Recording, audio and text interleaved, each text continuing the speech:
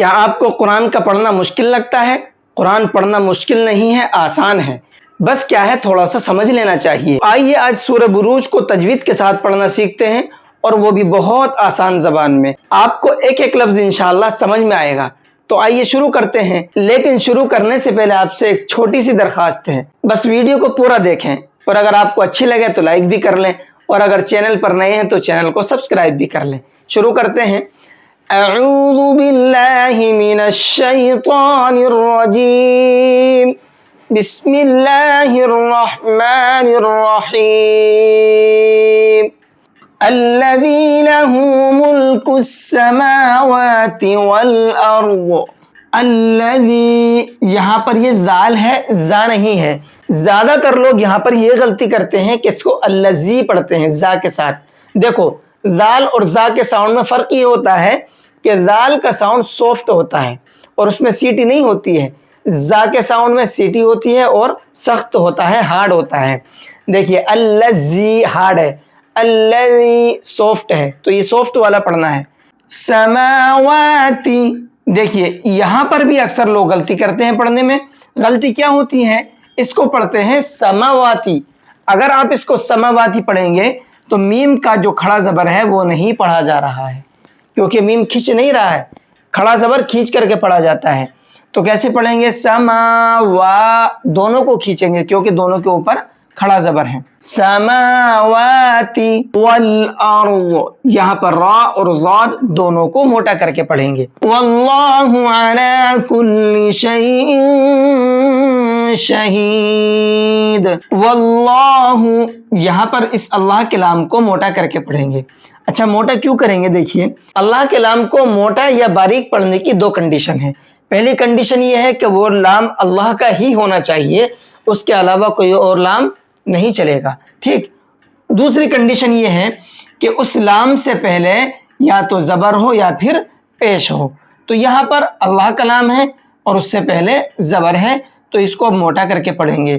واللہ، واللہ نہیں پڑھیں گے۔ شیء شہید، شیء، اس تنوین کے اندر اخفا کر کے پڑھیں گے۔ اچھا، اخفا کیوں کریں گے؟ یہاں پر جو قاعدہ بن رہا ہے وہ اخفا کا بن رہا ہے۔ اب اخفا کے قاعدے کی بھی دو کنڈیشن ہے۔ پہلی کنڈیشن تو یہ ہے یا تو تنوین ہو یا پھر نون ساکن ہو، ان دونوں میں سے کوئی ایک آئے، تو یہاں پر ان دونوں میں سے تنوین آ رہی ہے، پہلی کنڈیشن ہو گئی۔ اب دوسری کنڈیشن یہ ہے کہ اخفا کے 15 حرف ہیں، ان 15 حرفوں میں سے کوئی بھی حرف تنوین کے بعد میں آ جائے، تو یہاں پر جو شین آیا ہوا ہے یہ انہی 15 حرفوں میں سے ایک حرف ہے۔ تو اب اس تنوین کی آواز کو ناک میں چھپائیں گے، اخفا کر کے پڑھیں گے۔ شیء، اس طرح سے، شہید۔ جب ہم یہاں پر آیت کریں گے تو دال ہو جائے گا ساکن، کیونکہ جب دو پیش پر ہم آیت کرتے ہیں تو دو پیش کو جزم سے بدل دیتے ہیں، ٹھیک ہے۔ تو اب ہم نے جب اس کو جزم سے بدل دیا تو دال ہو گیا ساکن۔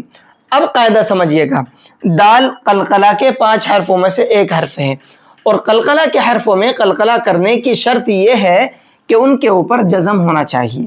اب دال ہے اور اس کے اوپر جزم ہے، تو آیت کرنے پر اس دال میں قلقلہ کریں گے۔ شہید، ہلکا سا آواز کو ڈبل کریں گے۔ ان الذین فتنوا المؤمنین والمؤمنات۔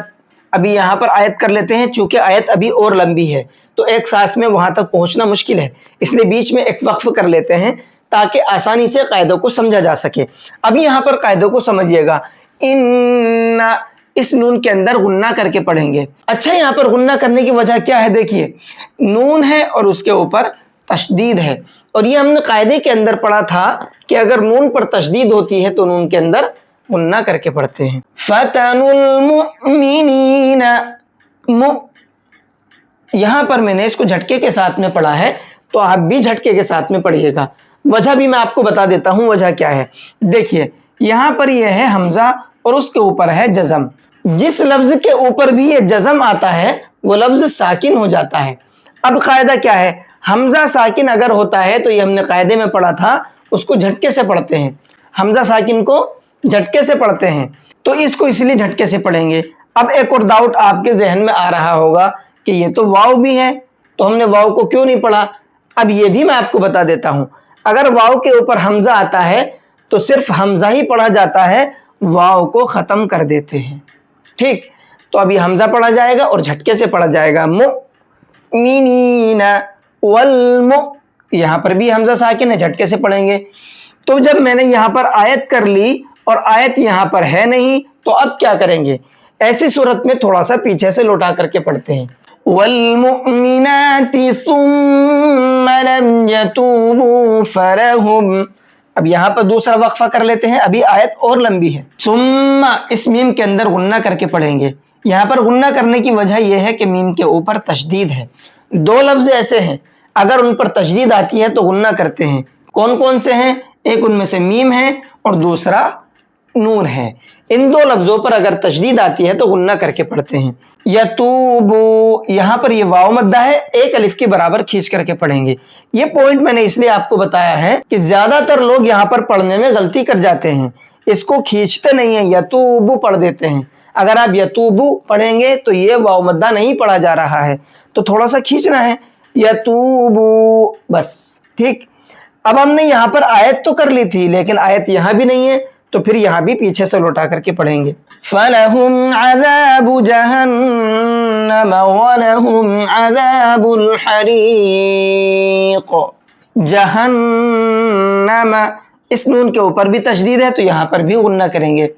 عذاب الحریق، یہ بڑا قاف ہے اور یہاں پر آیت آ رہی ہے تو اس کے اوپر بھی جزم لگا دیں گے۔